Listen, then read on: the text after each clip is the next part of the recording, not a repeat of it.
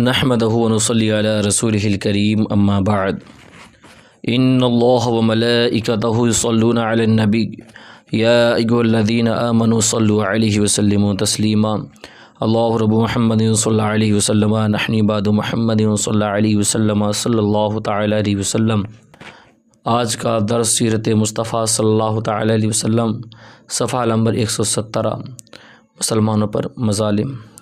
تو آؤ سماعت کرنے سے پہلے اچھی نیتیں کر لیں۔ حضور کی حدیث پاک ہے، نیت المؤمن خیر من عملی، یعنی مسلمان کی نیت اس کے عمل سے بہتر ہے۔ میں بھی اچھی نیت کرتا ہوں اللہ کی رضا حاصل کرنے کے لیے میں آج کا درس آپ سب کی خدمت میں پیش کروں گا، اور آپ سبھی کا ہمارے YouTube channel Barkati online academy سے جڑنے کے لیے آپ سبھی کا بہت بہت شکریہ۔ اللہ آپ سب کو جزائے خیر عطا فرمائے، دارین کی نعمتوں سے مالا مال فرمائے۔ تو سماعت کریں، مسلمانوں پر مظالم۔ حضور رحمت عالم صلی اللہ علیہ وسلم کے ساتھ ساتھ غریب مسلمانوں پر بھی کفار مکہ نے ایسے ظلم و ستم کے پہاڑ توڑے کہ مکہ کی زمین بلبلا اٹھی، اور یہ آسان تھا کہ کفار مکہ ان مسلمانوں کو دم زدن میں قتل کر ڈالتے، پر اس سے ان کافروں کے جوش انتقام کا نشہ نہیں اتر سکتا تھا، کیونکہ کفار اس بات میں اپنی شان سمجھتے تھے کہ ان مسلمانوں کو اتنا ستاؤ کہ وہ اسلام کو چھوڑ کر پھر شرک و بت پرستی کرنے لگے۔ اس لیے قتل کر دینے کی بجائے کفار مکہ مسلمانوں کو طرح طرح کی سزاؤں اور ایذا رسانیوں کے ساتھ ستاتے تھے، مگر خدا کی قسم شراب توحید کے ان مستوں نے اپنے استقلال و استقامت کا وہ منظر پیش کر دیا کہ پہاڑوں کی چوٹیاں سر اٹھا کر حیرت کے ساتھ ان بلا کشان اسلام کے جذبہ استقامت کا نظارہ کرتے رہیں۔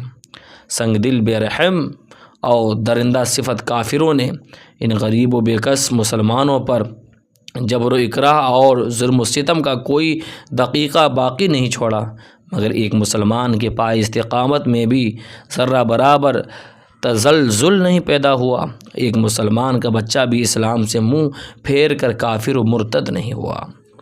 کفار مکہ نے ان غربا مسلمین پر جور و جفا کاری کے بے پناہ اندوہناک مظالم ڈھائے، اور ایسے روح فرسا اور جاسوز عذابوں میں مبتلا کیا کہ اگر ان مسلمانوں کی جگہ پہاڑ بھی ہوتا تو شاید ڈگمگانے لگتا، لیکن صحرائے عرب کی تیز دھوپ میں جبکہ وہاں کی ریت کے ذرات تنور کی طرح گرم ہو جاتے۔ یہ تنوری روٹی بنانے والا شادی بیاہ میں آپ نے دیکھا ہوگا، جسے ہم تندور بھی کہتے ہیں۔ تو ان مسلمانوں کی پشت کو کوڑوں کی مار سے زخمی کر کے اس جلتی ہوئی ریت پر پیٹھ کے بل لٹاتے اور سینوں پر اتنا بھاری پتھر رکھ دیتے وہ کربٹ نہ بدلنے پائے۔ لوہے کو آگ میں گرم کر کے ان مسلمانوں کی جسموں کو داغتے، پانی میں اس قدر ڈبکیاں دیتے کہ ان کا دم گھٹنے لگتا، اللہ اکبر، اور چٹائیوں میں ان مسلمانوں کو لپیٹ کر ان کی ناکوں میں دھواں دیتے، جس سے سانس لینا مشکل ہو جاتا اور وہ کرب و بے چینی سے بدحواس ہو جاتے۔ حضرت خباب بن الارت رضی اللہ تعالیٰ عنہ یہ اس زمانے میں اسلام لائے جب حضور صلی اللہ علیہ وسلم حضرت ارقم بن ابو ارقم رضی اللہ تعالیٰ عنہ کے گھر میں مقیم تھے۔ صرف چند ہی آدمی مسلمان ہوئے تھے۔ قریش نے ان کو بے حد ستایا، یہاں تک کہ کوئلے کے انگاروں پر ان کو چت لٹایا، اور ایک شخص نے ان کے سینے پر پاؤں رکھ کر کھڑا رہا، یہاں تک کہ ان کی پیٹھ کی چربی اور رطوبت سے کوئلے بجھ گئے، اللہ اکبر۔ اور برسوں کے بعد جب حضرت خباب رضی اللہ تعالیٰ عنہ نے یہ واقعہ حضرت امیر المؤمنین عمر رضی اللہ تعالیٰ عنہ کے سامنے بیان کیا تو اپنی پیٹھ کھول کر دکھائی، پوری پیٹھ پر سفید داغ دھبے پڑے ہوئے تھے۔ اس عبرتناک منظر کو دیکھ کر حضرت عمر رضی اللہ تعالیٰ عنہ کا دل بھر آیا اور وہ رو پڑے۔ حضرت بلال رضی اللہ تعالیٰ عنہ کو، جو امیہ بن خلف کافر کے غلام تھے، ان کی گردن میں رسی باندھ کر کوچ و بازار میں ان کو گھسیٹا جاتا تھا، اور ان کی پیٹھ پر لاٹھیاں برسائی جاتی تھیں، اور ٹھیک دوپہر کے وقت تیز دھوپ میں گرم ریت پر ان کو لٹا کر اتنا بھاری پتھر ان کی چھاتی پر رکھ دیا جاتا تھا کہ ان کی زبان باہر نکل آتی تھی، اللہ اکبر۔ امیہ کافر کہتا تھا کہ اسلام سے باز آ جاؤ، ورنہ اسی طرح گھٹ گھٹ کر مر جاؤ گے۔ مگر اس حال میں بھی حضرت بلال رضی اللہ تعالی عنہ کی پیشانی پر بل نہیں آتا تھا، بلکہ زور زور سے کہتے تھے احد احد کا نعرہ لگاتے تھے، بلند آواز سے کہتے تھے خدا ایک ہے، خدا ایک ہے۔ اور آج کم پڑھے لکھے مولوی جو صرف یوٹیوب پر بکواس کرتے ہوئے نظر آتے ہیں کہ صحابہ کرام کی خدمتیں کیا ہیں، صحابہ کرام نے خدمت کیا کی ہے؟ ارے تو اس زمانے میں تھا کہ صحابہ کرام نے کیا خدمت کی ہے؟ دیکھ یہ صحابہ کرام کی خدمت ہے۔ حضرت عمار بن یاسر رضی اللہ تعالیٰ عنہ کو گرم گرم بالو پر چت لٹا کر کفار قریش اس قدر مارتے تھے کہ بے ہوش ہو جاتے تھے۔ ان کی والدہ جناب حضرت بی بی سمیہ رضی اللہ تعالیٰ عنہ کو اسلام لانے کی بنا پر ابو جہل نے ان کی ناف کے نیچے ایسا نیزہ مارا کہ یہ شہید ہو گئیں۔ اللہ اکبر۔ اب حضرت عمار رضی اللہ تعالیٰ عنہ کے والد حضرت یاسر رضی اللہ تعالیٰ عنہ بھی کفار کی مار کھاتے کھاتے شہید ہو گئے۔ حضرت صہیب رومی رضی اللہ تعالیٰ عنہ کو کفار مکہ اس قدر طرح طرح کی اذیت دیتے اور ایسی ایسی مار دھاڑ کرتے کہ گھنٹوں بے ہوش رہتے۔ جب یہ ہجرت کرنے لگے تو کفار مکہ نے کہا تم اپنا سارا مال و سامان یہاں چھوڑ کر مدینہ جا سکتے ہو۔ آپ خوشی خوشی دنیا کی دولت پر لات مار کر اپنے متاع ایمان کو ساتھ لے کر مدینہ چلے گئے۔ سبحان اللہ، یہ ہے صحابہ کرام کی خدمت۔ وہ صحابہ جنہوں نے اسلام کے لیے پتھر بھی کھائے، جنہوں نے اسلام کے لیے بتاؤ طرح طرح کی ایذاؤں کو برداشت کیا، کس کے لیے؟ حضور کی محبت میں، اسلام کے لیے۔ افسوس ہوتا ہے ایسی سوچ والوں پر جو یہ کہتے ہیں نا کہ صحابہ نے کیا کیا ہے۔ ایسا لگتا ہے یہ اس زمانے میں تھے، اگر تم بھی اس زمانے میں ہوتے نا تو وہی کرتے جو کفار قریش نے کیا ہے مسلمانوں پر۔ تو ہوش کے ناخن لو، یاد رکھنا صحابہ کرام کی بہت خدمت ہے۔ تو ہم صحابہ کو بھی مانتے ہیں، اہل بیت اطہار کو بھی مانتے ہیں، اور وہ صحابہ کرام جنہوں نے اسلام کے لیے اپنی جائیداد کو چھوڑا، باغوں کو چھوڑا، خاندان کو چھوڑا، اپنی اولاد کو بھی چھوڑا، صرف اسلام کے لیے۔ حضرت ابو فقیہ رضی اللہ تعالیٰ عنہ صفوان بن امیہ کافر کے غلام تھے۔ حضرت بلال رضی اللہ تعالیٰ عنہ کے ساتھ ہی مسلمان ہوئے تھے۔ جب صفوان کو ان کے اسلام کا پتہ چلا تو اس نے ان کے گلے میں رسی کا پھندا ڈال کر ان کو گھسیٹا اور گرم جلتی ہوئی زمین پر ان کو چت لٹا کر سینے پر وزنی پتھر رکھ دیا۔ جب ان کو کفار گھسیٹ کر لے جا رہے تھے تو راستہ میں اتفاق سے ایک گبریلا نظر پڑا۔ امیہ کافر نے طعنہ مارتے ہوئے کہا کہ دیکھ تیرا خدا یہی تو نہیں ہے؟ حضرت ابو فقیہ نے فرمایا اے کافر کے بچے خاموش، میرا اور تیرا خدا اللہ ہے۔ یہ سن کر امیہ کافر غضبناک ہو گیا اور اس زور سے ان کا گلا گھونٹا کہ وہ بے ہوش ہو گئے اور لوگوں نے سمجھا کہ ان کا دم نکل گیا۔ اللہ اکبر۔ اسی طرح حضرت عامر بن فہیرہ رضی اللہ تعالیٰ عنہ کو بھی اس قدر مارا جاتا تھا کہ ان کے جسم کی بوٹی بوٹی درد مند ہو جاتی تھی۔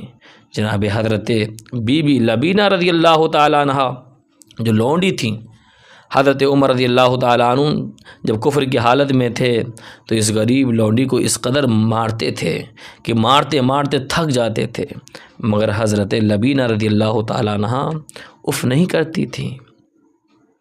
ذرا غور کریں مسلمانوں، یہ ہے خدمت اسلام کی۔ کہتے ہیں اسلام کے لیے کیا نہیں کیا، بلکہ نہایت جرت اور استقلال کے ساتھ کہتی تھیں کہ عمر اگر تم خدا کے سچے رسول پر ایمان نہیں لاؤ گے تو خدا تم سے ضرور اس کا انتقام لے گا۔ حضرت زنیرہ رضی اللہ تعالیٰ عنہ جناب حضرت عمر رضی اللہ تعالیٰ عنہ کے گھرانے کی باندی تھیں، یہ مسلمان ہو گئیں تو ان کو اس قدر کافروں نے مارا کہ ان کی آنکھیں جاتی رہیں، مگر خداوند تعالیٰ نے حضور اقدس صلی اللہ علیہ وسلم کی دعا سے پھر ان کی آنکھوں میں روشنی عطا فرما دی۔ تو مشرکین کہنے لگے کہ یہ محمد صلی اللہ علیہ وسلم کی جادو کا اثر ہے، معاذ اللہ۔ لیکن وہ کیا جانے کہ حضور کے لعاب میں، تھوک میں اللہ نے وہ برکت رکھی ہے کہ اگر دختی ہوئی آنکھ میں لگ جائے لعاب دہن تو اللہ شفا عطا فرما دے۔ کہتے نہیں یہ تو لعاب کی بات ہے، سر پہ رکھنے کو جو مل جائے نال پاک کے حضور پھر کہیں گے تاجدار ہم بھی ہیں۔ اسی طرح جناب حضرت بی بی نہدیہ و حضرت بی بی ام عبیس رضی اللہ تعالی عنہ بھی بادیاں تھیں۔ اسلام لانے کے بعد کفار مکہ نے ان دونوں کو طرح طرح کی تکلیفیں دے کر بے پناہ اذیتیں دیں، مگر اللہ والیاں صبر و شکر کے ساتھ ان بڑی بڑی مصیبتوں کو جھیلتی رہیں اور اسلام سے ان کے قدم نہیں ڈگمگائے۔ حضرت یار غار مصطفیٰ ابو بکر صدیق باصفا رضی اللہ تعالیٰ عنہ نے کس طرح اسلام پر اپنی دولت نثار کی، اس کی ایک جھلک یہ ہے کہ آپ نے ان غریبوں بے کس مسلمانوں میں سے اکثر کی جان بچائی۔ آپ نے حضرت بلال و عامر بن فہیرہ، بابو فقیہ و لبینہ و زنیرہ و نہدیہ و ام عبیس رضی اللہ تعالیٰ عنہم، ان تمام غلاموں کو بڑی رقمیں دے کر خریدا اور سب کو آزاد کر دیا۔ ان مظلوموں کو کافروں کی ایذاؤں سے بچا لیا۔ حضرت ابو ذر غفاری رضی اللہ تعالیٰ عنہ جب دامن اسلام میں آئے تو مکہ میں ایک مسافر کی حیثیت سے کئی دن تک حرم کعبہ میں رہے۔ یہ روزانہ زور زور سے چلا کر اپنے اسلام کا اعلان کرتے تھے۔ روزانہ کفار قریش ان کو اس قدر مارتے تھے کہ لہو لہان ہو جاتے تھے، اور ان دنوں میں آب زمزم کے سوا ان کو کچھ بھی کھانے پینے کو نہیں ملا۔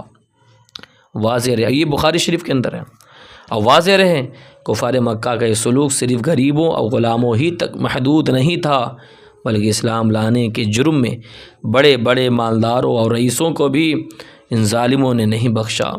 حضرت ابو بکر صدیق رضی اللہ تعالیٰ عنہ جو شہر مکہ کے ایک متمول اور ممتاز معززین میں سے تھے، مگر ان کو بھی حرم کعبہ میں کفار قریش نے اس قدر مارا کہ ان کا سر خون سے لت پت ہو گیا۔ اسی طرح حضرت عثمان غنی رضی اللہ تعالیٰ عنہ جو نہایت مالدار اور صاحب اقتدار تھے، جب یہ مسلمان ہوئے تو غیروں نے نہیں بلکہ خود ان کے چچا نے ان کو رسیوں میں جکڑ کر خوب مارا۔ حضرت زبیر بن العوام رضی اللہ تعالیٰ عنہ بڑے رعب اور دبدبہ کے آدمی تھے، مگر انہوں نے جب اسلام قبول کیا تو ان کے چچا ان کو چٹائی میں لپیٹ کر ان کی ناک میں دھواں دیتے تھے، جس سے ان کا دم گھٹنے لگتا تھا۔ حضرت عمر رضی اللہ تعالیٰ عنہ کے چچا زاد بھائی بہنوئی حضرت سعید بن زید رضی اللہ تعالیٰ عنہ اتنے جاہ و اعزاز والے رئیس تھے، مگر جب ان کے اسلام کا حضرت عمر رضی اللہ تعالیٰ عنہ کو پتہ چلا تو ان کو رسی میں باندھ کر مارا، اور ساتھ ہی حضرت عمر رضی اللہ تعالیٰ عنہ نے اپنی بہن حضرت بی بی فاطمہ بنت خطاب رضی اللہ تعالیٰ عنہ کو بھی اس زور سے تھپڑ مارا کہ ان کے کان کے آویزے گر پڑے اور چہرے پہ خون بہہ نکلا۔ اللہ اکبر! یہ ہے خدمت، اور اسلام پر رہنے کے لیے کتنی مصیبتوں کا، کتنی ایذاؤں کا سامنا کرنا پڑتا ہے۔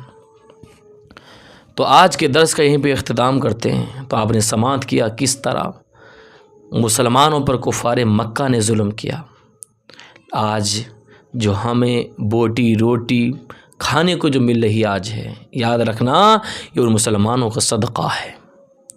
آج ہم کیا اسلام کے لیے کر رہے ہیں، ہمیں سوچنا چاہیے کہ ہمارے اسلاف کے بزرگوں نے کس طرح اسلام کی خدمت کی ہے، نبی کی محبت میں اور اسلام کی وقع کے لیے اپنے گھر کو چھوڑا، کفار کی مار کھائی، طرح طرح کی ایذاؤں کو برداشت کیا، اس پہ صبر کیا، صرف کس کے لیے؟ اسلام کے لیے۔